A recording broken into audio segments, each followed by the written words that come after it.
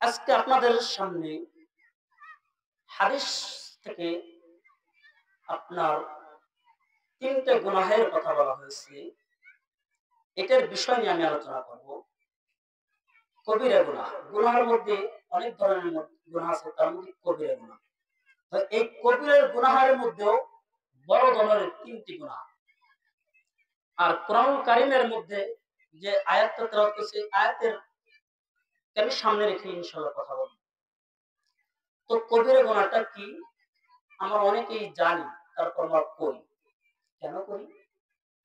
এটা আমাদের মনে হয় যে আত্মার একটা খোরাক চলে এসেছে। দেখেন আল্লাহ নবী বলছেন, লা উনাব্বিউকুম বিআকবারিল কাবাইর সালাসা। আল্লাহ নবী বলেন যে তোমাদের গুনাহের মধ্যে, সাহাবীদেরকে বললেন যে তোমাদেরকে আমি তিনটা গুনাহ সম্পর্কে বলবো। সাহাবায়ে কেরাম বললেন জি ইয়া রাসূলুল্লাহ বলেন। আল্লাহ নবী قال رسول الله صلى الله عليه وسلم لا أنبئكم بأكبر الكبائر ثلاثة الإشراك بالله وحقوق الوالدين وشهادة الزور। আল্লাহ নবী বলেন, ও সাহাবায়ে কিরাম, অনেক গুনাহ আছে, গুনাহের মধ্যে তিনটা গুনাহ সবচেয়ে বড় গুনাহ। এই তিনটা গুনাহ যদি কেউ করে থাকে, এই ব্যক্তির জন্য আল্লাহ জাহান্নাম তার জন্য ওয়াজিব করে দিবেন, জান্নাত হারাম করে দিবেন। নাউজুবিল্লাহ। এই দুনিয়ায় এই তিনটা গুনাহ আমরা সমাজে প্রচলন আছে। এক নাম্বার গুনাহ মুখস্থ করেন, এক নাম্বার গুনাহ আশরিকু বিল্লাহ, আল্লাহর সাথে অংশীদার করা। এই গুনাহটা আমাদের সমাজে অধিকাংশ মানুষের মধ্যে এই গুনাহটা আছে। এই শিরক গুনাহটা এমন বড় মারাত্মক গুনাহ,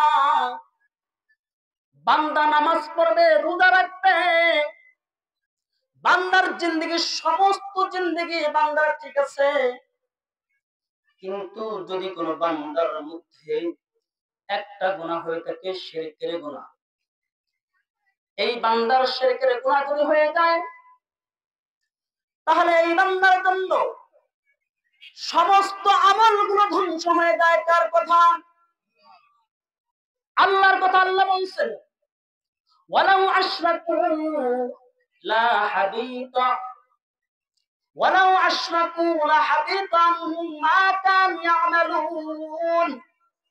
আল্লাহ কোরআনুল কারীমে বলেন, বান্দার আমলনামায় যদি শিরকের গুনাহ হয়ে যায়, ওই বান্দার সমস্ত আমল, যদি নামাজ পড়ে, রোজা রাখে, এমনকি দান সাদাকাও করে, ওর জিন্দেগিতে তাহাজ্জুদ নামাজ ছাড়া নাই, ওর জীবনভর নেকের আমল করেছে, আল্লাহ কোরআন কারীমে বলেন ওই বান্দার জন্য সমস্ত আমলগুলো আল্লাহ ধ্বংস করে দেয়। জোরে বলেন না নাউজুবিল্লাহ। আমাদের সমাজে শিরকের গুনাহটা কি? আমরা মনে করি যে হেলায় খেলায় আমরা কেটে দিতেছি জীবন, এটাই আমাদের জিন্দেগি মনে হয় শেষ। আসলে ভাই তা না। শুধু তাই নয়, যদি কোনো ব্যক্তির সাথে শিরকের সাথে সম্পর্ক থাকে, আল্লাহ বলেন এই বান্দার জন্য জান্নাত হারাম হয়ে যাবে, এই বান্দার জন্য জান্নাত হারাম হয়ে যাবে। মালিক কোরআনুল কারীমে বলেন, ইন্নাহু মান ইউশরিক বিল্লাহ ফাকাদ হারামাল্লাহু আলাইহিল জান্নাহ। এই ধাপে সবার বসা আছে। কোরআনুল কারীমে আল্লাহ পাক বলেন, যে ব্যক্তি যদি শিরকের গুনাহ করে, ওই ব্যক্তির জীবন ধ্বংস হয়ে যাবে, শুধু আমল ধ্বংস হবে না, হারামাল্লাহু আলাইহিল জান্নাহ। আল্লাহ কোরআনুল কারীমে বলেন ওই ব্যক্তির জন্য জান্নাত হারাম হয়ে যাবে। নাউযুবিল্লাহ। এ ভাই মুসলমান, তারপরে আল্লাহ বলেন মাআওয়াহুন নার, এক নম্বর জান্নাত হারাম হয়ে গেল ব্যক্তির জন্য। ওয়া মাআওয়াহুন নার, ওই ব্যক্তি জাহান্নামে যাবে। জাহান্নামে যাবে কার কথা? তারপর আল্লাহ বলেন ওয়া মা লিয-যালিমিন ওয়া মা লিয-যালিমিন মিন আনসার, ওই ব্যক্তি জালিমের খাতায় নাম লেখাই দিল। নাউযুবিল্লাহ।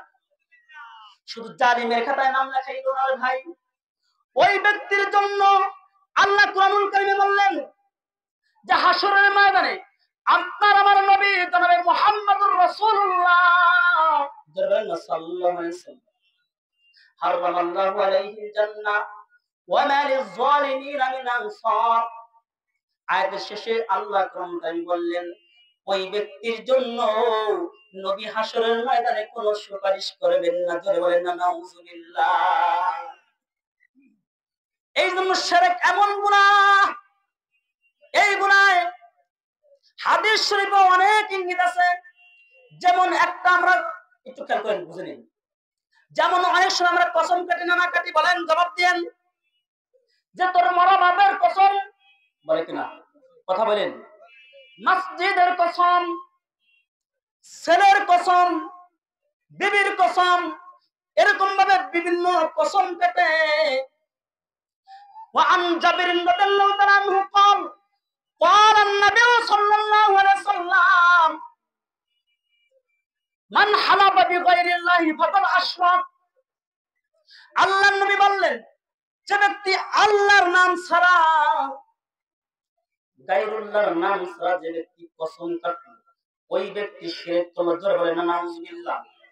এবার আপনি হিসাবের খাতাটা মিলাইয়া দেখেন যে ভাই, আপনার আমার হিসাবটা কি? এরকম জীবনে কসম কেটেছি কিনা? কথা কেনা? কতজন আমরা এরকম কসম কেটে ফেলেছি, কিন্তু আপনার জীবনের আমলনামা কিন্তু শেষ হয়ে গেছে। এটা শুধু আমি একটা থিওরি দিলাম, শুধু এটা নয়। আল্লাহর নবী বলেন ওয়ান আউসিন দারিন রাদিয়াল্লাহু তাআলা আনহু قال قال النبي صلى الله عليه وسلم মান তারা রাইয়া সালাত মান সালাতা রাইয়াল ফাকাদ আশরাক। আমাদের সমাজে নামাজি আছে, যারা নামাজ পড়ি আমরা, দেখেন অনেক নামাজি আছে, কিন্তু সামাজিক নামাজ, বাড়িতে আত্মীয় আছে, আত্মীয়র নামাজ, বাড়িতে মেহমান আছে, মেহমানের নামাজ, ইলেকশন আসলে অক্ত একটা জায়গা ৬টা পরে আসে না নাই? বুঝলেন ভাই? রাগ করেন না। আল্লাহ নবী বলেন এই ব্যক্তি শিরক করলো। জোরে বলেন নাউযুবিল্লাহ। শিরক জানে না মুসলমান?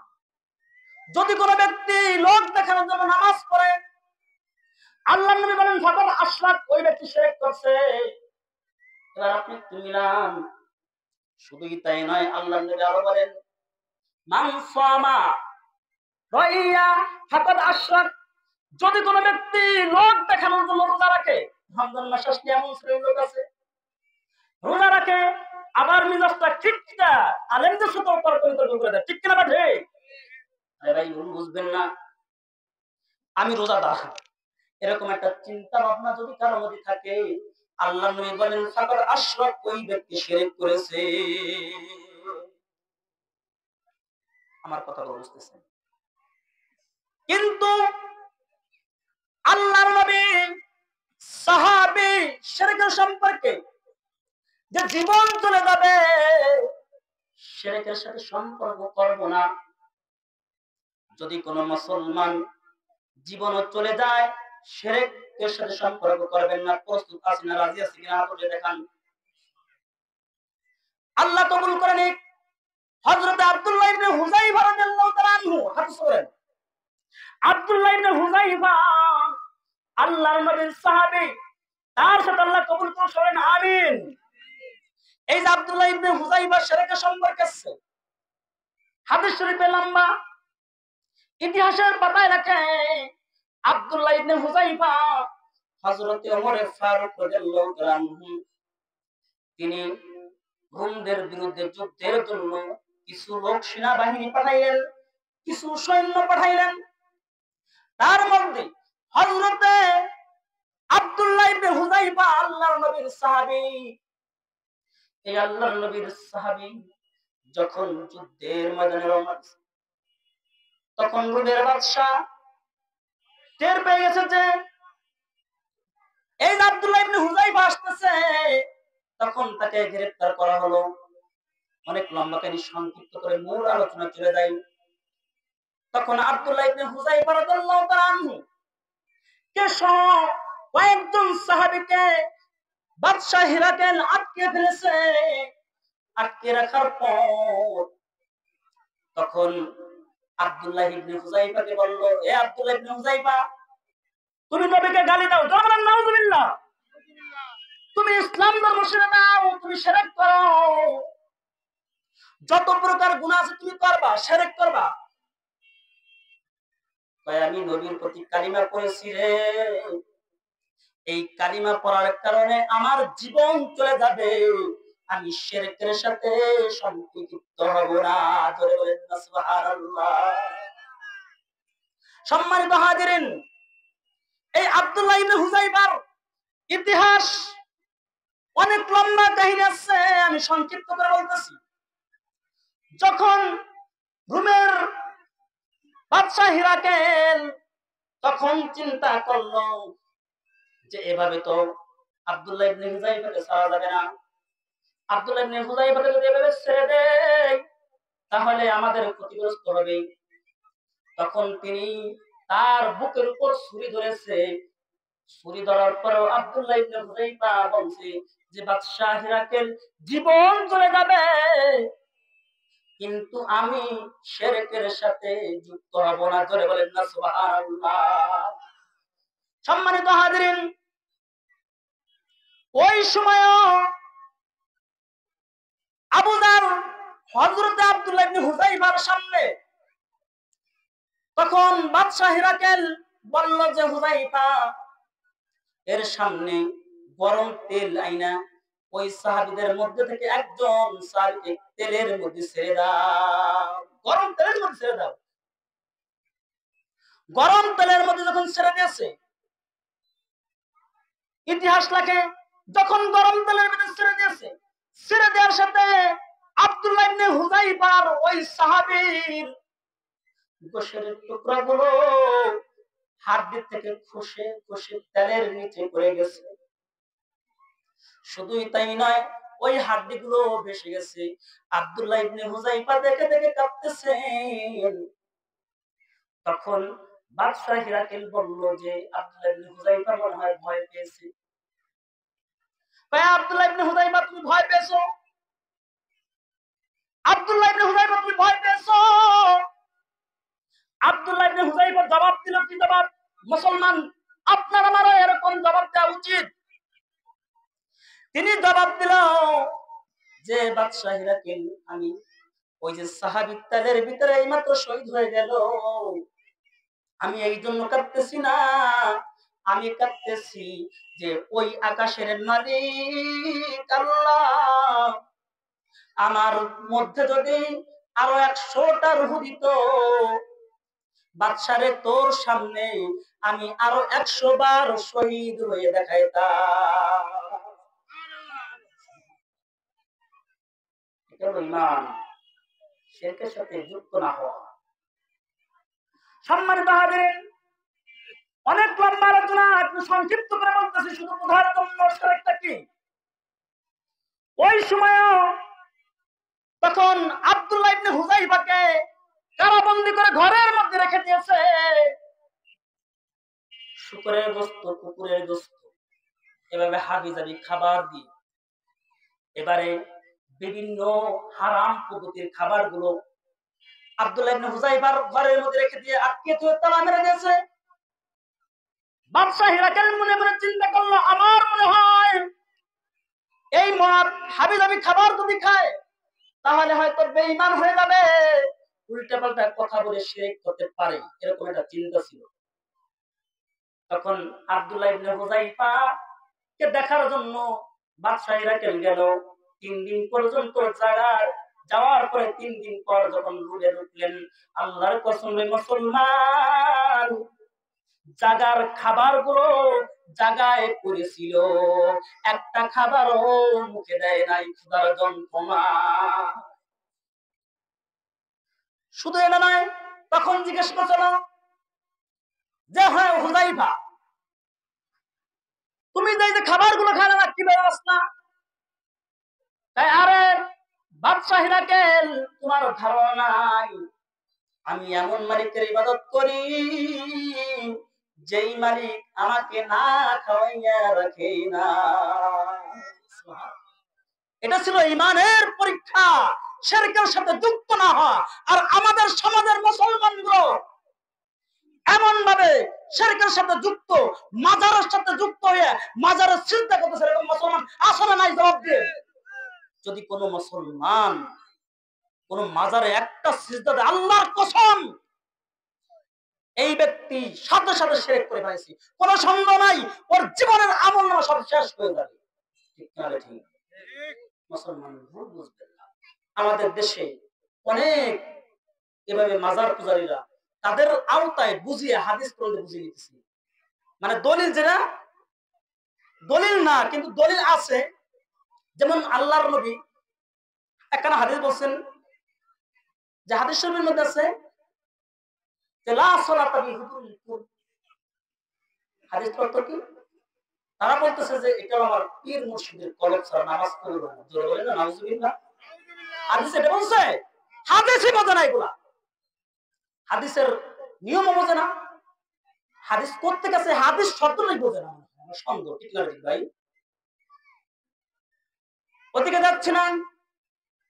আমার আরো দুইটা, এক হলো শিরকের সম্পর্কে যদি সংক্ষিপ্ত আলোচনা, যদি বান্দা শিরকের সাথে লিপ্ত থাকে তাহলে আল্লাহর নবী বলেন যে এই বান্দার জন্য আল্লাহ জান্নাত হারাম করে দিবেন, এই বান্দাকে জাহান্নামে ঢুকিয়ে দিবেন। ঠিক না বেটি? মানেন তো সবাই? তারপর আছে ওয়াশাহাদাতুল জুর, যা মিথ্যা সাক্ষ্য দেওয়া। আসনা নাই? একটু বলে দিন মিথ্যা সাক্ষ্যটা। মানুষ এই মিথ্যা সাক্ষ্যটা কিন্তু কবিরা গুনাহ। কি গুনাহ?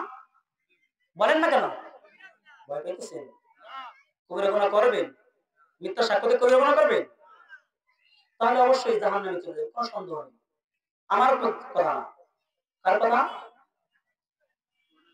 আল্লাহ কুরআনুল কারীমে বলছেন, যারা মিথ্যাবাদীদের সাথে মিথ্যা কথা বলে, ওয়াকুন্না নাখুযু মা'আল খায়িরিন। আল্লাহ সূরাতুল মুদাসসিরের মধ্যে বলেন যে যারা মিথ্যাবাদীদের সাথে মিথ্যা সাক্ষ্য দেয়, এই ব্যক্তিগুলো আল্লাহ স্বর্ণের কালিজে রেখে রাখেন। এই 4 শ্রেণীর লোক আল্লাহ জাহান্নামে পাঠিয়ে দিবেন। তার মধ্যে এক হলো মিথ্যাবাদী লোকগুলা, মিথ্যা সাক্ষ্য দেওয়ার লোকগুলা। কি মনে করছেন মিথ্যা কথা বলি না আমরা এখানে যারা আসছি? বলেন, সাবধান হয়ে যান এই মিথ্যাবাদী সম্পর্কে।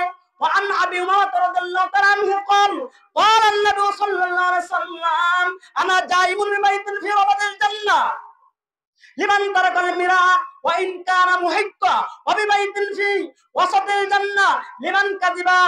আল্লাহ নবী বলেন, যেই ব্যক্তি মিথ্যার সাথে সম্পর্কিত আছে, হাদিসটা আবু দাউদ শরীফের হাদিস, আল্লাহ নবী বলেন যারা মিথ্যার সাথে সম্পর্ক থাকে আল্লাহ রাব্বুল আলামিন জান্নাতের মাঝখানে এদেরকে জায়গা থেকে দূরে সরাইয়া দিবেন। জোরে বলেন নাউজুবিল্লাহ। আর যারা মিথ্যাবাদী ছেড়ে দেয়, মিথ্যা কথা ছেড়ে দেয়, ঝগড়াঝাটি ছেড়ে দেয়, আল্লাহ নবী বলেন এই ব্যক্তিদেরকে আল্লাহ নবী বলেন জান্নাতের মাঝখানে আল্লাহ দরজা করে দিবেন, জান্নাতের একটা ঘর বানিয়ে দিবেন। জোরে বলেন সুবহানাল্লাহ।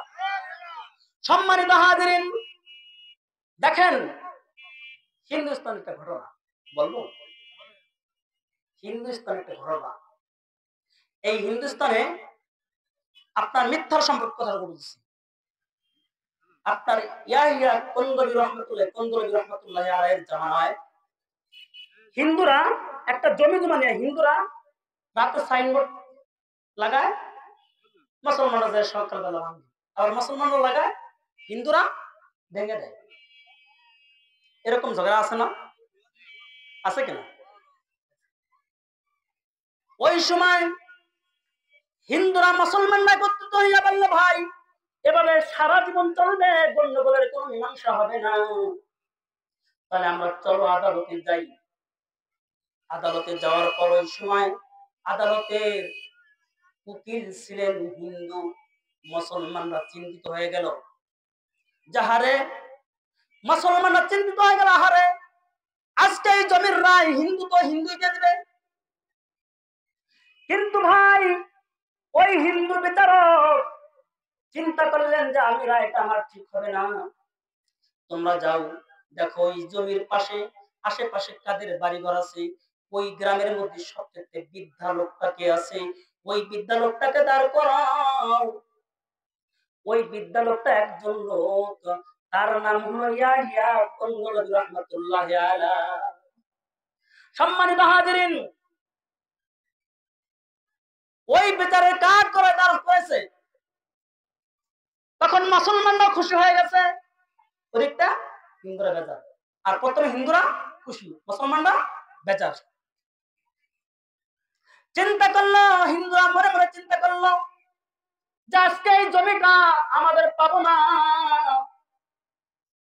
আর মুসলমানরা খুব আনন্দ যে এই জমিটা আমাদের হয়ে গেছে, কেননা আল্লাহর গোলাম ইয়াহিয়া কন্দলবী রাহমাতুল্লাহ আলাইহি তিনি তো মুসলমানের পক্ষে রায় দিবেন।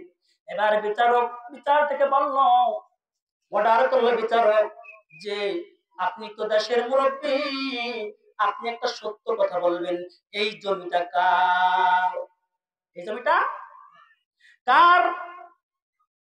তখন উনি আসমানের দিকে হাত দিয়ে বললেন, আল্লাহর কসম, এই যে মুখের জবান, এই জবান দিয়ে কোনোদিন মিথ্যা কথা বলি নাই, মিথ্যা সাক্ষ্য দেই নাই।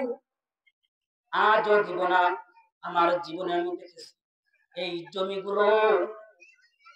জমিগুলো চাষাবাদ করে খেয়েছে হিন্দুরা।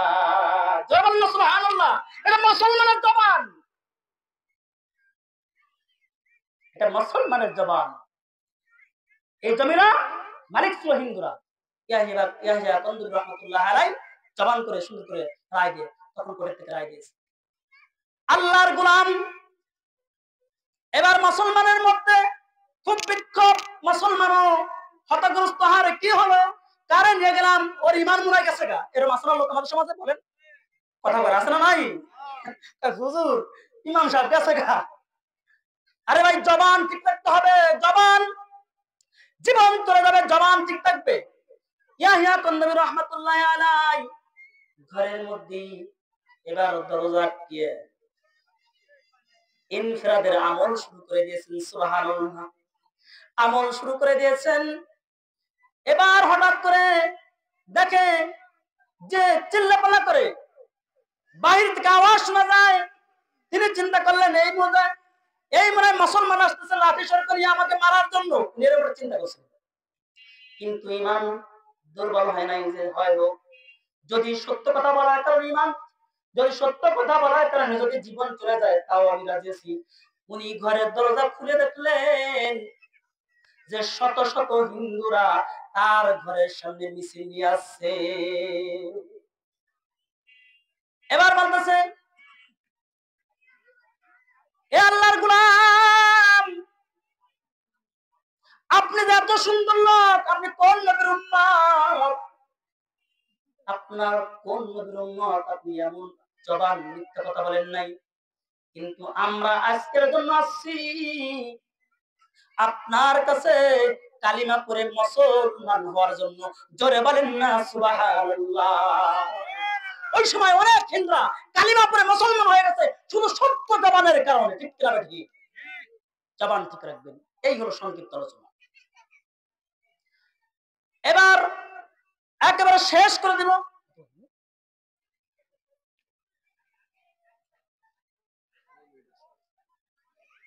এবার এটা ছিল 1 নম্বর হলো শিরকের গুনাহ। মনে আছে? মনে আছে?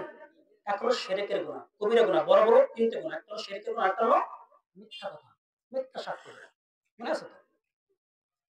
আর 3 নম্বরটা সবচেয়ে ভয়ঙ্কর। আমার মনে হয় এটার দিকে খুঁজলে শতকরা বাংলার জমিনে অধিকাংশ মুসলমান জাহান্নামী কুঁড়ি ঘরের মধ্যে হয়ে গেছে। সেটা হলো পিতা মাতার অবাধ্য হওয়া।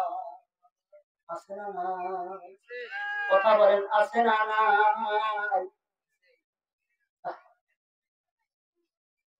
কি বুঝেছেন? পিতা মাতার অবাধ্য আছেন? অনেক আলোচনা আছে, আমি শুধু সংক্ষিপ্ত কয়েকটা আলোচনা আছে। বাংলার জমির আলোচনা আছে। আমি হাদিস কোরআন দিকে গেলে তো আলহামদুলিল্লাহ অসংখ্য আলোচনা আছে। সম্মানিত হাজিরিন, আল্লাহ কোরআনুল কারীমে বলেছেন, ওয়া ক্বালা রাব্বুকা আল্লা তা'বুদু ইল্লা ইয়্যাহু ওয়া বিল ওয়ালিদাইনি ইহসানা। তোমরা আল্লাহর ইবাদত করার পর পিতা-মাতার খেদমত করবা।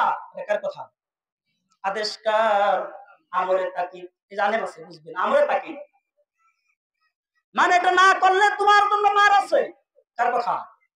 আল্লাহর কথা। শুধু আল্লাহ তাই বলেন নাই, আল্লাহ রাব্বুল আলামিন আরো বলেছেন, ওয়া ওয়াসাইনাল ইনসান বিওয়ালিদাইহি হামালাতুহু উম্মুহু ওয়াহনান আলা ওয়াহনিন ওয়া ফিসালুহু ফি আমাইনিহি। আল্লাহ সূরাতুল লুকমানের মধ্যে বলেন, এ দুনিয়ার মানুষ, তোমরা তোমার পিতামাতার খিদমত করবা। কার কথা বলেন তো? এটা কার আইন? আল্লাহর আইন। যারা অবাধ্য হবে তারা কোথায় যাবে? এ ভাই মুসলমান, এটাই শুধু তাই নয়, পিতামাতার অবাধ্য করা হবে। আল্লাহর কসম ভাই, একটু খেয়াল করে বুঝে নেন, এই ব্যক্তির স্থান হবে জাহান্নাম। এই ব্যক্তির স্থান হবে জাহান্নাম। আমি বাস্তবতা একটু বলে দিই। দেখেন, এক ব্যক্তি আপনার স্ত্রী ঘরের ভিতরে চিল্লাপাল্লা করে, আছে না নাই? করে কিনা? বুড়ে বাপটাল চলে থাকতে পারে না। আপনার চিনবেন, ওরা চেনেন, ওরা ঝুড়ি পারে, যেটা কি এই ঝুড়িটা। তখন বাবা চিন্তা করলো যে একদিন এই ঝুড়িটা নিয়ে, তখন ওই সন্তান চিন্তা করলো বাবাকে ফেলিয়ে দেওয়ার জন্য। কিসের জন্য? ফেলিয়ে দেওয়ার জন্য। এই চিন্তা করে তখন ছোট্ট একটা বাচ্চা, বাস্তবতা থেকে বলতেছে, ছোট্ট একটা বাচ্চা বলে, বাবা এই ঝুড়িতে কি করবা? তোমার দাদারে ফেলিয়ে নদীর ভিতরে। নাউজুবিল্লাহ বলেন। তাহলে এই ঝুড়িটা আপনি আবার নিয়ে এসে, কেন? ওই ঝুড়িটা তো আপনাকে ফেলানো লাগবে। বাবার সাথে সাথে চোখের পানি ছেড়ে দিয়ে চিন্তা করলে আসলে বাস্তবতা এটাই। জীবন্ত প্রমাণ, পাকিস্তানের হাসান জামিল, তিনি তার ওয়াকিয়ার মধ্যে লেখেন, জীবন্ত প্রমাণ, পিতামাতার সাথে বেয়াদবি করলে কি হয়। ও ভাই মুসলমান, এভাবে পাকিস্তানের মধ্যে হাসান জামিল ঘটনা উল্লেখ করে লেখেন যে এক স্ত্রী তার স্বামীকে প্রত্যেক দিন রাত্রে বলে যে তোমার মাকে মেরে ফেলো, তোমার মাকে দুনিয়া থেকে বিদায় করে দাও, তোমার মার যন্ত্রণা আমি থাকতে পারি না।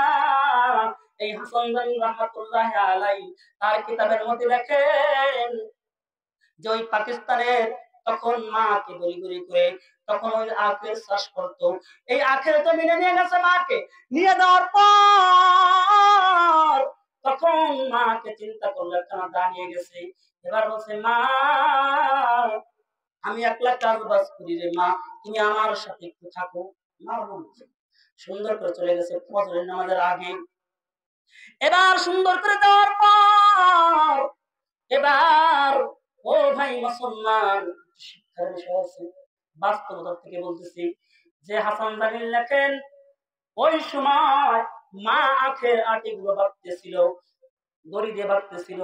এবার সন্তান বিশাল একটা রান্ডা উঠিয়ে মায়ের গর্দান ফেলে দেবে তোমার চিন্তা ভাবনা করে দাঁড়িয়ে গেছে। এবার মা পিছনের দিকে ফিরে তাকে দেখে যে আমার সন্তান আমাকে মারার জন্য বিশাল একটা দাঁড়িয়ে দাঁড়িয়ে গেছে। মা চিৎকার মেরে দৌড় মেরেছে আর বলতেছে, আল্লাহ তুমি এই সন্তানের হাত থেকে আমাকে তুমি রক্ষা করো। মায়ের দোয়া আল্লাহর দরবারে কবুল হয়ে গেছে। এবার মা দৌড় মারছে, পিছন দিকে তাকায় নাই। পিছন দিকে না তাকানোর কারণে মা যখন দৌড় মেরেছে, এবার হঠাৎ করে পিছন থেকে কোনো আওয়াজ পাওয়া যায় না। মা পিছের দিকে ফিরে দেখে ওই সন্তানের কোনো আওয়াজ পাওয়া যায় না। সন্তান সুন্দর করে মূর্তি বানিয়ে দিয়েছে আল্লাহ পাক। কি বানিয়েছে? মূর্তি বানিয়ে দিয়েছে। ওই মূর্তি বানিয়ে দেওয়ার পর ওই স্থানে যখন মা একটু গেছে সন্তানকে ধরার জন্য, কথা বলে না কেন? মায়ের মনে তো আছে না ব্যথা? কথা বলেন।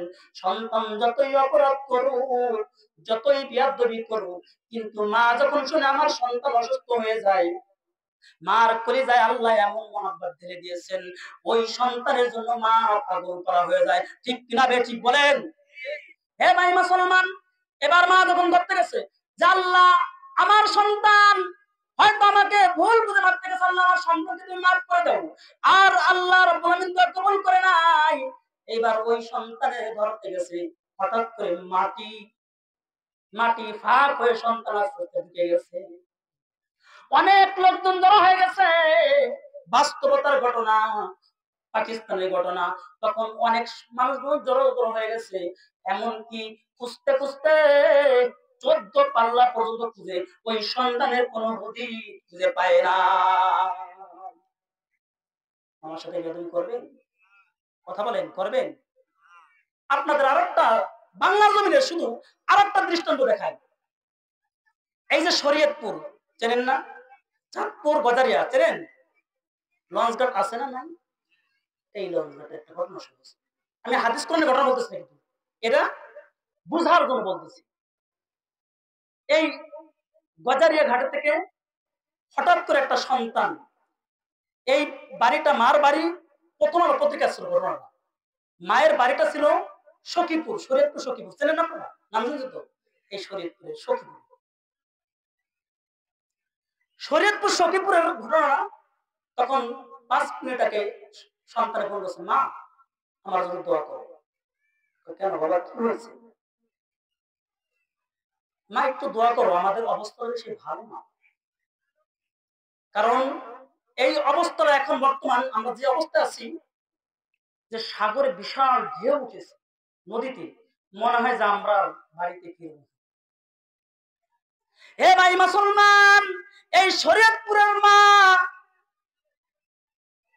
চিন্তা করলো যে আমার সন্তান দুনিয়া থেকে চলে যাবে, মনে হয় বাঁচবে না।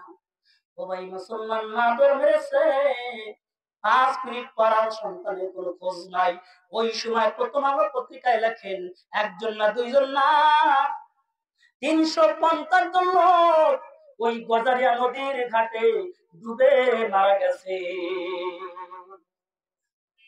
হে ভাই মুসলমান, ওই মা দৌড় মেরে নদীর ভিতর লাফ মেরেছে, সন্তানের পাগলের জন্য, পাগল হয়ে সন্তানের জন্য নদীর ভিতর লাফ মেরেছে।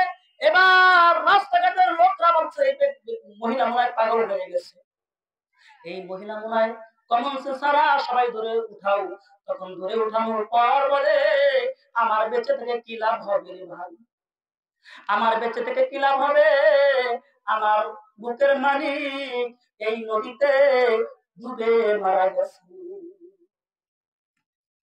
তখন সুন্দর করে বুঝিয়ে মাকে যখন বাড়িতে নিয়ে আসে, সন্তানের কোনো খোঁজ খবর নাই রে ভাই। এবার 7 দিন পর ডুবুরিরা সুন্দর করে উঠিয়ে এবার দেখে পচা দুর্গন্ধ হয়ে গেছে, লাশের থেকে দুর্গন্ধ হয়। সাথে বাবার জন্য একটা লুঙ্গি আর গেঞ্জি, মায়ের জন্য 2টা শাড়ি। পত্রিকা লেখে 2টা শাড়ি আর লুঙ্গি নিয়ে আসছে যখন, তখন ওই অবস্থায় উনি দুনিয়া থেকে বিদায় নিয়ে চলে গেল রে ভাই। এবার মা পাগল করা হয়ে সন্তানের জন্য এবার মা কাঁদতেছে। এবার হঠাৎ করে 7 দিন পর লাশগুলো বাড়িতে চিহ্নিত করে পাঠিয়ে দিল, আইডেন্টি কার্ড থেকে চিহ্নিত করে বাড়িতে পাঠিয়ে দেওয়ার পর এবার মা ঘর থেকে লাফ মেরেছে। গ্রামের লোকজন বন্ধুকে সন্তানের কাছে যায় না, দুর্গন্ধ হয়ে গেছে। এবার মা বাড়ির যখন সন্তানকে পেয়ে ওই পচা লাশের কপালে চুমু খেয়েছে। কেন রে ভাই, আর কান্দে, বলে যে বাবা তোমার বাবার জন্য লুঙ্গি এনেছো, গেঞ্জি এনেছো, তো দেও না পরি। তোমার মার জন্য যে শাড়ি এনেছো, শাড়িটা দাও পরি রে বাবা। কিন্তু মুসলমানের থেকে কি বুঝলেন? তার মানে মার মধ্যে এত দয়া, বাবার মধ্যে এত দয়া, ওই পচালাস তার বন্ধু নাকে যায় না, কিন্তু ওই সন্তানের ভালোবাসাটাই নাকে গিয়েছে, ঠিক কিনা বেজি? এই জন্য যারা মা বাবার নাফরমানি করবে তাদের দুনিয়াতে 100% তাদের শাস্তি ভোগ করা লাগবে, কোনো সন্দেহ নাই, কোনো সন্দেহ নাই। মার সাথে তুমি যদি বেয়াদবি করো, বাবার সাথে যদি সন্তান বেয়াদবি করো, আল্লাহর কসম তুমি লিখে নাও তোমার সন্তানও তোমার সাথে বেয়াদবি করবে। এবার একটু বুঝে নেন, মা বাবার সাথে বেয়াদবি করবেন যাদের আছে, বিশেষ করে ইয়ঙ্গার যুবকেরা, এরা মা বাবার কয় তুমি কি বোঝা আছে বেশি, আছে না নাই? তুমি কিচ্ছু বোঝো না ভাই। এজন্য হাতে ধরি পায়ে ধরি মা বাবার সাথে বেয়াদবি করো না। মা বাবার সাথে যদি বেয়াদবি করো তোমার জন্য জান্নাত হারাম হয়ে যাবে। আল্লাহ আমাদের প্রত্যেককে এই তিনটা গুনাহ, মূলত তিনটা গুনাহ, কবিরা তিনটা গুনাহ, কয়টা গুনাহ? গুনাহের মধ্যে বড় বড় তিনটা গুনাহ। এক, বলেন মুখস্থ করেন, এক শিরক। এক কি বলেন? শিরক। দুই নম্বর কি? মিথ্যা কথা। তিন নম্বর কি? কথা বলেন মা বাবার অবাধ্য। এই তিনটা গুনাহ যদি আমরা কেউ করি, দয়া করে এই তিনটা গুনাহ আমরা ছাড়বো। এই তিনটে গুনাহ যারা করব, নিশ্চিত আপনি লিখে নেবেন আপনার জন্য জাহান্নাম বহুত দূরে, বহুত কাছে চলে আসছে, আর জান্নাত আপনার থেকে বহুত দূরে চলে গেছে। আল্লাহ আমাদের প্রত্যেককে এই তিনটা কথার উপর আমল করার তৌফিক দান করুন, আমিন।